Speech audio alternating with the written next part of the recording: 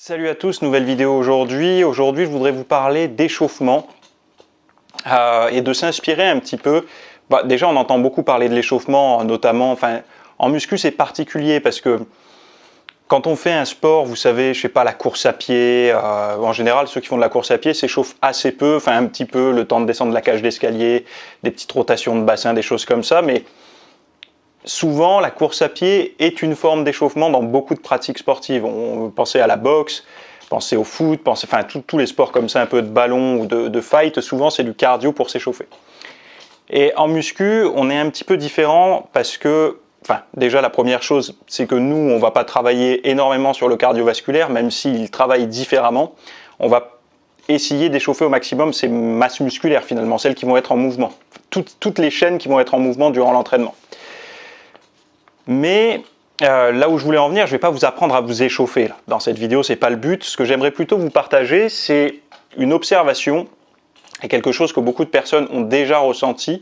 Et ça, je pense que c'est parce que c'est un manque d'échauffement, en tout cas l'échauffement qui n'a pas été suffisant ou suffisamment bien mis en place, on va dire. Vous savez, quand vous arrivez à la salle de sport, vous démarrez votre séance, vous faites un échauffement plus ou moins comme d'habitude, et vous vous rendez compte que quand vous arrivez sur une série lourde, admettons au squat ou au développé couché ou au rowing, vous sentez que votre cœur, il n'a pas eu le temps de s'habituer, il n'a pas eu le temps de s'adapter à l'effort, c'est-à-dire que vous vous sentez presque un peu mal, ça commence à taper fort et tout, et vous sentez comme la tuyauterie qui n'aurait pas été assouplie avant l'entraînement, et du coup ça pulse fort. Et en fait, beaucoup de personnes, et notamment surtout les personnes qui font du haute intensité ou des circuits ou même du crossfit, avec des efforts qui vont être assez violents, assez intenses au niveau cardio. Observez un petit peu, alors si vous avez fait des sports de combat, vous avez déjà les bonnes notions parce que les sports de combat, ceux qui ont fait des sports de combat le savent, c'est 30, 40, 45 minutes d'échauffement et de répétition de mouvement et tout sous forme cardio, et après 15 minutes de fight à peu près, en corps à corps avec les autres. Après, chaque salle de boxe a son protocole, mais moi, pour avoir fait tout petit peu de boxe thaï et du kung fu quand j'étais plus jeune, je peux vous garantir, c'est qu'il y avait beaucoup plus d'échauffement, de mise en fait, on prépare la machine comme une Formule 1 ferait chauffer les pneus, etc., pour après avoir assez peu d'intensité vraiment violente. Et en fait, en muscu, en muscu et tout ce qui est sport un petit peu haute intensité, type crossfit, circuit training, je sais pas comment vous les appelez, même les sprints et tout, souvent les gens ont tendance à vouloir faire directement l'effort intense. Et c'est là où ça se passe mal en fait, et que vous pouvez foirer une séance, parce que quand vous avez ce sentiment, moi-même ça m'est déjà arrivé quand j'ai voulu aller faire des sprints sur un stade à côté là, et j'ai voulu envoyer trop fort, trop vite, en faisant de la corde et tout. Et en fait, le problème, c'est que ça ruine un peu le reste de la séance, parce que notre récupération, elle est un peu en dents de scie. En fait, le seul conseil là dans cette vidéo, c'est observer ce que font les sportifs de haut niveau, cette préparation, cette mise en situation, de bien s'échauffer au niveau cardiovasculaire en plus de musculaire. Donc musculaire, c'est quoi? Je ne vais pas vous détailler un échauffement de muscu, vous connaissez certainement. Si vous ne connaissez pas, vous allez voir sur mon site. De toute façon, j'ai déjà fait pas mal de travail là-dessus. Mais vraiment, ce côté mise en condition pour l'effort. Ne passez pas et le pire, c'est ceux qui travaillent assis, par exemple, en position statique toute la journée, et ils arrivent à faire du squat ou du développé couché 5 minutes après être arrivés à la salle.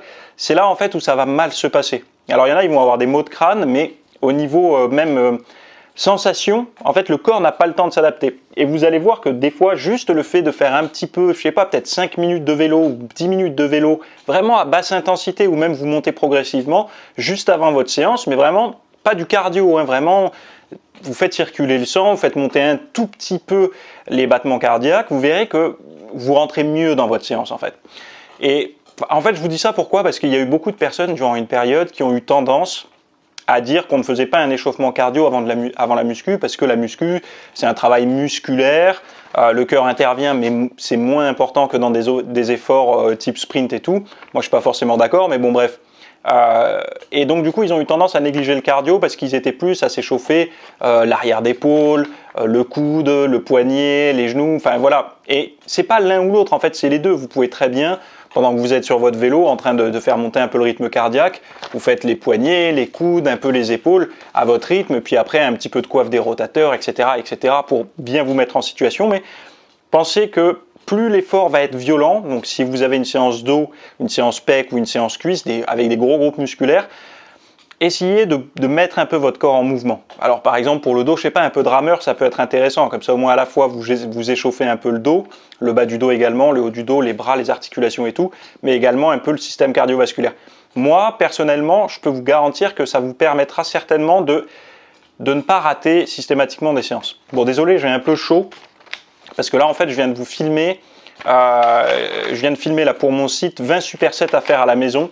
Ouais, on est un petit peu tous, enfin, je sais pas si toi qui me regardes, t'es concerné ou pas, mais là, durant 4, 5, 6 semaines, les salles vont être fermées. Enfin, en tout cas, si tu habites dans les villes où tu es concerné, privé de sortie à 21h et ta salle est fermée. Bon, si tu n'es pas dans ce contexte-là, tant mieux pour toi. À Montpellier et dans le sud, enfin, dans plein de villes d'ailleurs, c'est le cas. Moi, je m'entraîne à la maison, donc bon, je suis pas là, tu vois, je te fais pas une vidéo dans l'urgence. Des vidéos, j'en ai fait déjà des tas sur l'entraînement à la maison et tout. Moi, l'avantage, c'est que vu que je m'entraîne à la maison, j'ai déjà en fait une certaine forme d'expérience et des petits tuyaux à te donner. Et là, j'avais envie de vous proposer, enfin à tous ceux qui sont déjà abonnés ou à la chaîne ou au site, 20 supersets. Alors pas des supersets à la con, tu sais, des supersets qui sans queue ni tête, mais vraiment des supersets. Là, j'ai noté pour le haut des pectoraux, pour les fessiers, pour le galbe des fessiers, pour les biceps, parce qu'il y a beaucoup de personnes qui ont des problèmes avec les biceps.